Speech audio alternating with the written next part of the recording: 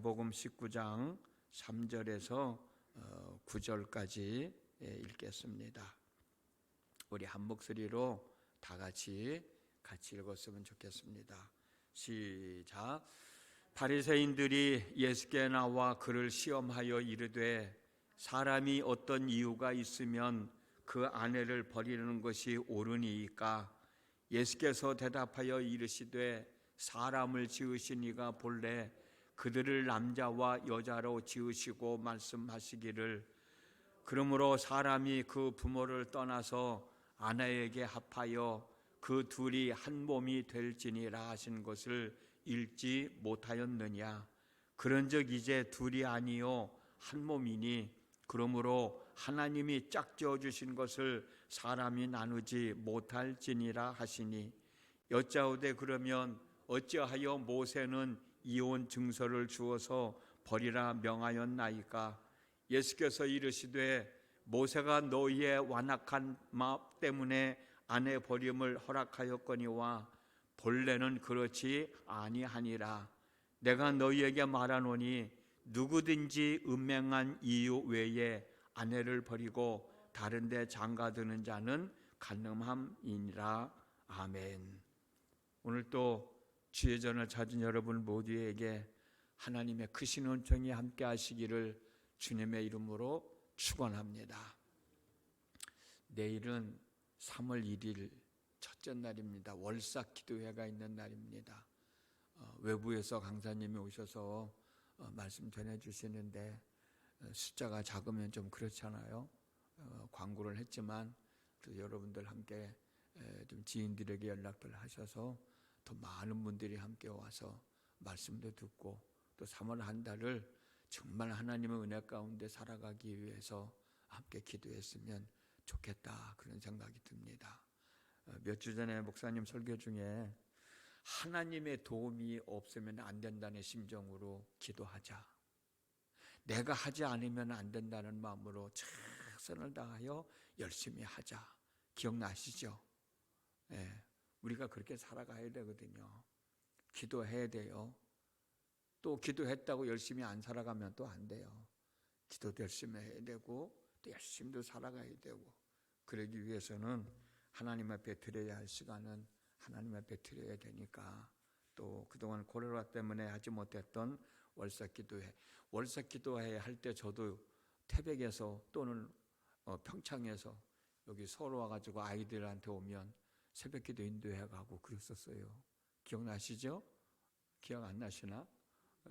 태백에 있을 때도 여기 와서 월삭 기도할 때, 또 심야 기도회 할 때 와서 설교하고 같이 기도하고 그러고 갔습니다. 그러니까 내일이 또 월삭 기도하는 날이니까 여러분들 좀 많이들 광고들 하셔서 많은 사람들이 오셔서 우리 함께 말씀 듣고 기도했으면 좋겠습니다. 남녀가 결혼을 하게 되는 이유는 여러 가지 이유가 있지만 그 중에 첫 번째는 서로가 사랑하기 때문에 결혼하는 것 아니겠습니까? 사랑해서 결혼했다면 이 사랑으로 잠언 5장 19절 말씀처럼 남편은 아내를 사랑스러운 암사슴으로 여기고 아내의 품을 언제나 만족스럽게 생각하고 아내의 사랑을 언제나 사모하는 마음으로 살아가고, 아내는 남편을 사랑스러운 수사슴으로 여기고 남편의 품을 언제나 만족스럽게 생각을 하고 남편의 사랑을 언제나 사모하는 마음으로 살아가면 좋을 텐데, 안타깝게도 이 사랑은 오래오래 마음속에 남아있지 않고 실천되어지지 않고 식어간다는 겁니다. 사랑으로 살아가야 할 사람들이 사랑으로 살지 못하고 이런저런 일로 인하여 사랑이 식어지면 애증으로 바뀌게 되고, 애증으로 바뀌다 보면 결국은 남남이 되는 경우가 참 많습니다. 오늘 나눌 말씀은 그 어떤 말씀보다도 더 조심스럽게 나누어야 할 말씀이라고 생각합니다만, 우리 함께 고민하면서 어떻게 해야 하나님의 뜻에 합당한 방법으로 사랑을, 부부간의, 부모와 자식 간의 사랑을 유지하며 가정을 지키며 지금보다도 더 행복한 삶을 살아갈 수 있을지를 생각하고 기도하려고 합니다. 성경에서 말하는 결혼은 하나님에 의하여 부모를 떠나 서로가 연합하여 하나가 되는 것이라고 말씀해 주고 있습니다. 창세기 2장 24절 말씀입니다. 남자가 부모를 떠나 그의 아내와 합하여 둘이 한 몸을 이룰지로다. 그렇습니다. 성경에서 말하는 결혼은 책임을 지닌 성숙한 존재가 되어서 부모를 떠나 독립하는 거예요. 부모로부터 떠나서 독립하는 거야. 그리고 두 인격체, 남자와 여자라고 하는 두 인격체가 연합하여 부부가 되는, 하나가 되는 인격체를 가지고 살아가는 거예요. 이런 의미로 결혼을 이해한다면 이혼이라고 하는 것은 하나가 된 인격체가 두 개의 인격체로 다시 나누어지는 것이라고 말할 수 있지 않겠습니까? 둘이 하나로 뭉쳤다가 또 이 하나가 둘로 원래의 나였던 나의 인격체로 되돌아가는 것이라고 이야기할 수 있을 거예요.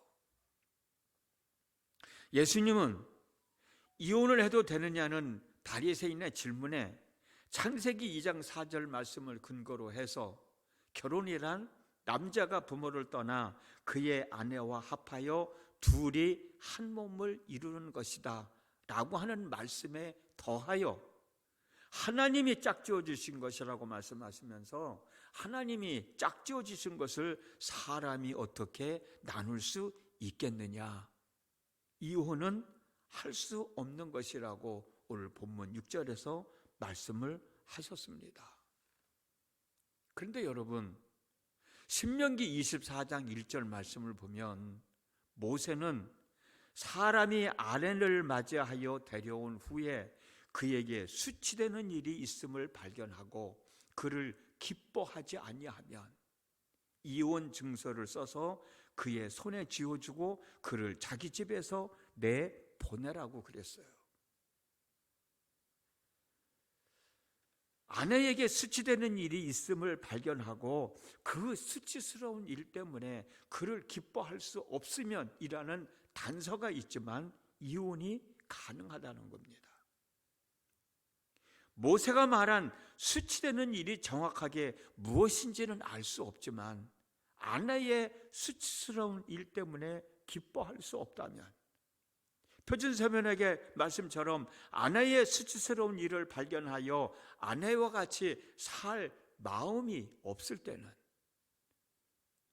공동번역의 성경 말씀처럼 아내에게 무엇인가 수치스러운 일이 있어서 남편의 눈 밖에 났다면 이혼 증서를 써주라는 거예요. 이혼할 수 있다는 얘기입니다. 여기에 대하여 바리새인이 예수님의 생각은 어떠시냐고 오늘 본문에 나와 있는 말씀인 거예요. 예수님에게 물어보는 거예요. 모세가 이렇게 얘기를 했는데 예수님은 어떻게 생각하시냐는 거지. 예수님의 대답은 모세가 이혼 증서를 써주고 이혼할 수 있도록 허락한 것은 이스라엘 백성들의 완악한 마음 때문이지 이혼을 합법화시킨 것은 아니라고 본문 8절에서 말씀해 주셨어요. 본문 8절 말씀입니다. 예수께서 이르시되 모세가 너희 마음의 완악함 때문에 아내 버림을 허락하였거니와 본래는 그렇지 아니하니라.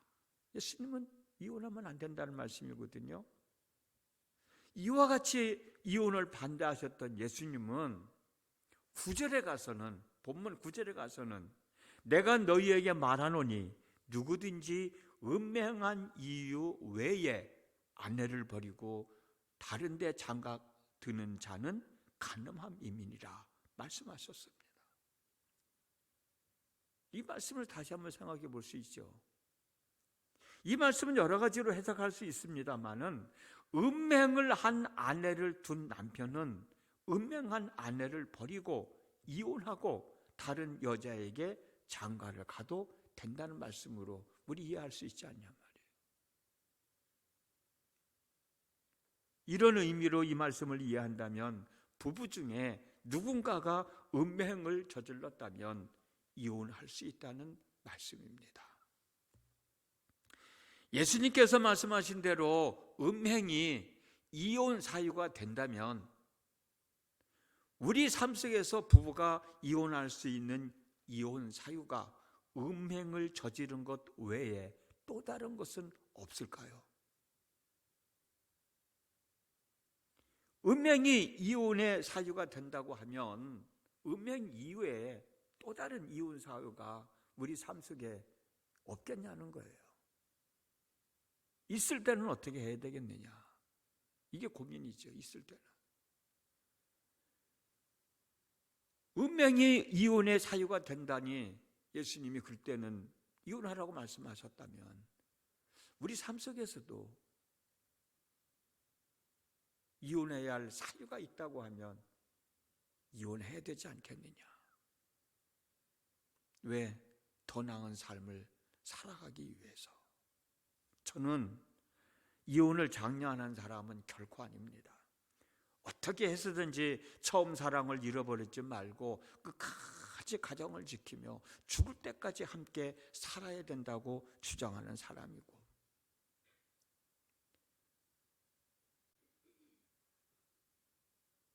부부가 살다가 두 분 중에 먼저 가셔서 혼자 되신 분은 어떻게 해서든지 재혼을 해서 함께 살아가야 된다고 주장하는 사람 중에 한 사람이에요.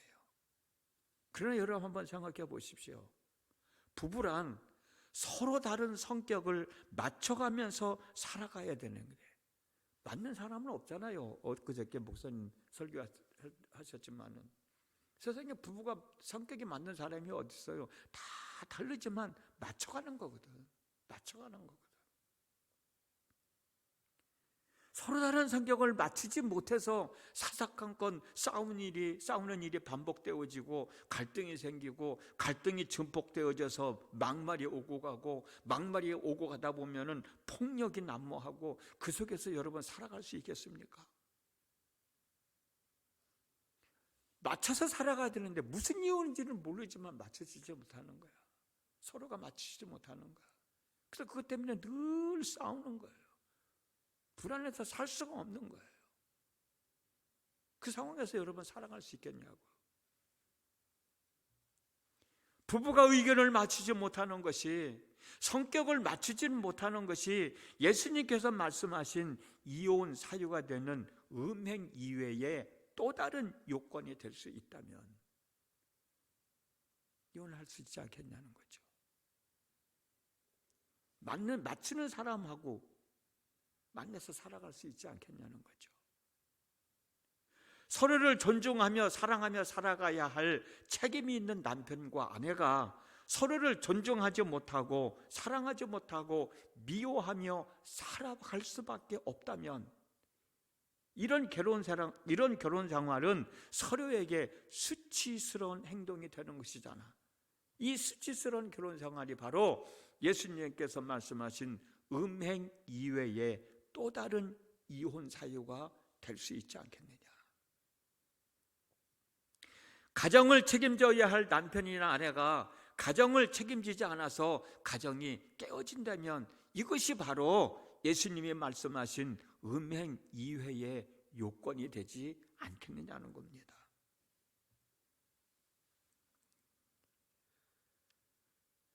저녁마다 남편에게 매를 맞으며 살다가 더 이상 살 수 없어서 딸이 어린 아들을 데리고 집으로 왔어요. 친정어머니인 권사님은 그게 한편으로는 부끄럽기도 하고 한편으로는 어찌할 바를 모르는 거야. 제가 평생에 부임한 지 며칠 안 됐는데 권사님이 나한테 와서 목사님 이런 때는 어떻게 해야 돼요? 그냥 살으라고 달려서 보내고 그러면 또 울면서 시집으로 들어가면은 툭 문 잠궈 놓고 두들겨 벌구 벗겨 놓고 두들겨 패면은 또 맞고 살고 맞았다고 하고 엄마나 못 살겠어 엄마나 못 살겠어. 그럼 어떻게 그 소리를 듣냐는 거야. 그래서 집으로 와라. 그래서 어린 아들을 데려왔는데 어떻게 하겠냐는 거예요. 그래서 내가 그랬지. 권사님 같으면 살겠냐고. 권사님 같으면 남편에게 맞고 살겠냐고. 못 산대. 그럼 딸도 못 사는 거라고. 그럼 어떻게 해야 되냐는 거예요. 이혼시키라고. 이혼이 되냐? 이혼 되죠. 맞고 어떻게 살겠냐고. 그럼 애는 어떻게 하냐? 딸이 잘못해서 이혼하는 거예요? 아니면 애 아빠가 잘못해서 이혼하는 거예요? 그래, 애 아빠가 잘못해서 이혼하는 거죠. 그럼 아빠한테 주고 데리고 혼자 오라고.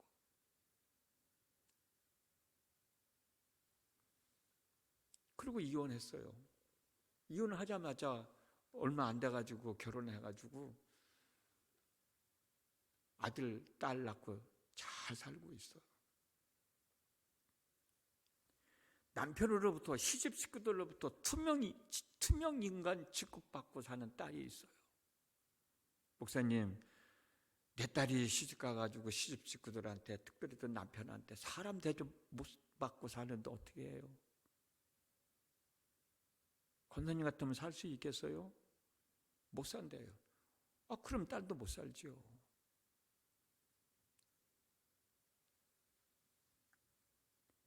당해보지 않은 사람은 모릅니다.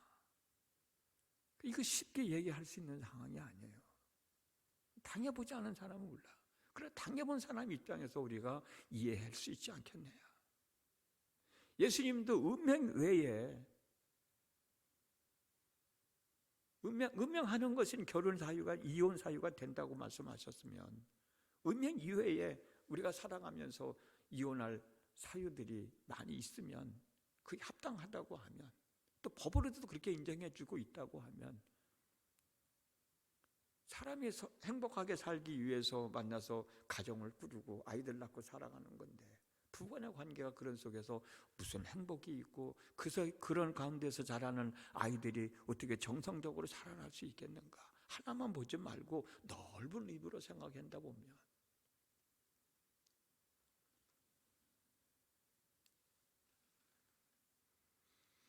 그렇다고 이혼을 하라고 하는 건 아니거든요. 할 수 없는 상황에서는 어떻게 해야 되냐는 거지. 당해보지 않은 사람을 몰라요. 우리는 쉽게 이야기하지만 저 역시도 지금 이 설교를 하면서 고민 많이 했어요.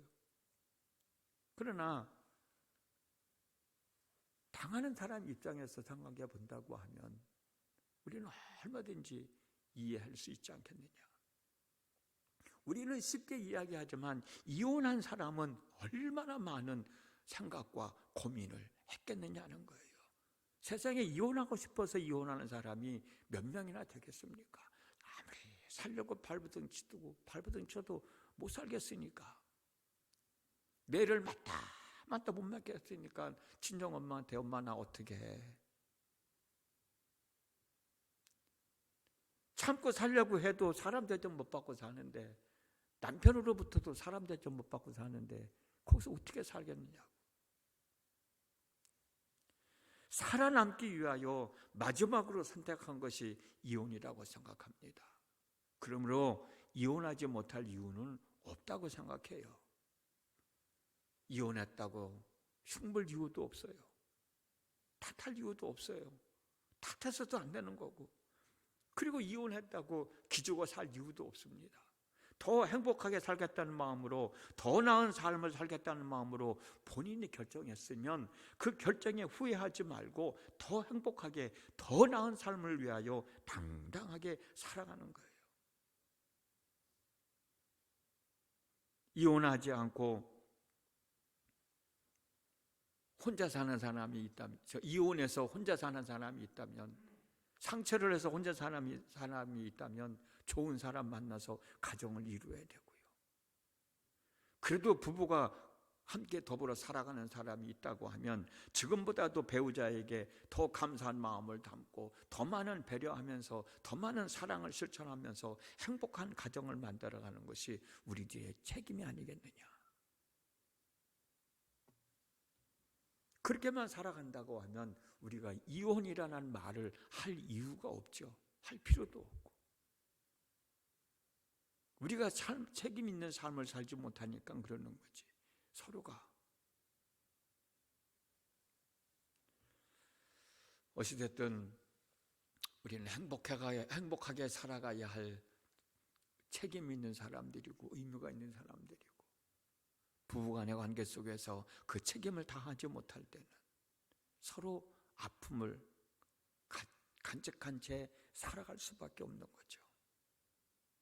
그렇게 되지 않도록 우리가 더 열심히 노력하고, 우리가 더 열심히 헌신하고 사랑하고 이해하고 용서해주고 살아가는 마음가짐이 있어야 되는데, 그러지 못할 때는 어떻게 하겠느냐는 것이죠.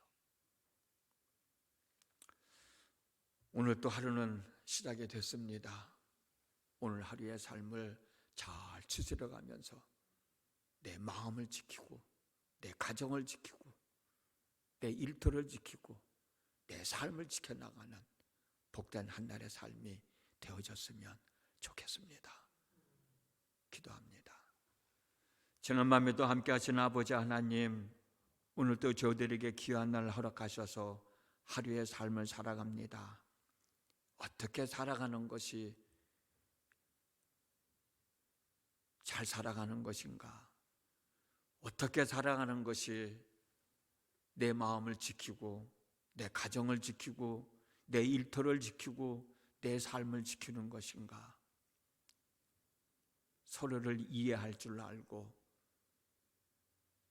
서로를 품어줄 줄 알면 부부관계를 더 유지하면서 더 좋은 관계 속에서 살아갈 수 있을 텐데, 나 자신을 내려놓지 못하니 서로가 서로를 맞추지 못하고 그 때문에 싸움이 일어나게 되고 그것 때문에 사네 못 사네 하는 소리들이 우리 입에서 나오지 않고 있는지, 아내로서 남편으로서 책임을 감당하지 못해서 사네 못 사네 라는 소리가 우리 입에서 나오고 있지는 않은지, 우리 마음을 한번 되돌아보면서 우리의 삶을 한번 되돌아보면서 오늘도 내 마음을 지키고 내 가정을 지키고 내 일터를 지키고 내 삶을 추스려 나가는 복된 한날의 삶이 되어지게 하여 주시옵소서. 예수님의 이름으로 기도드렸습니다. 아멘.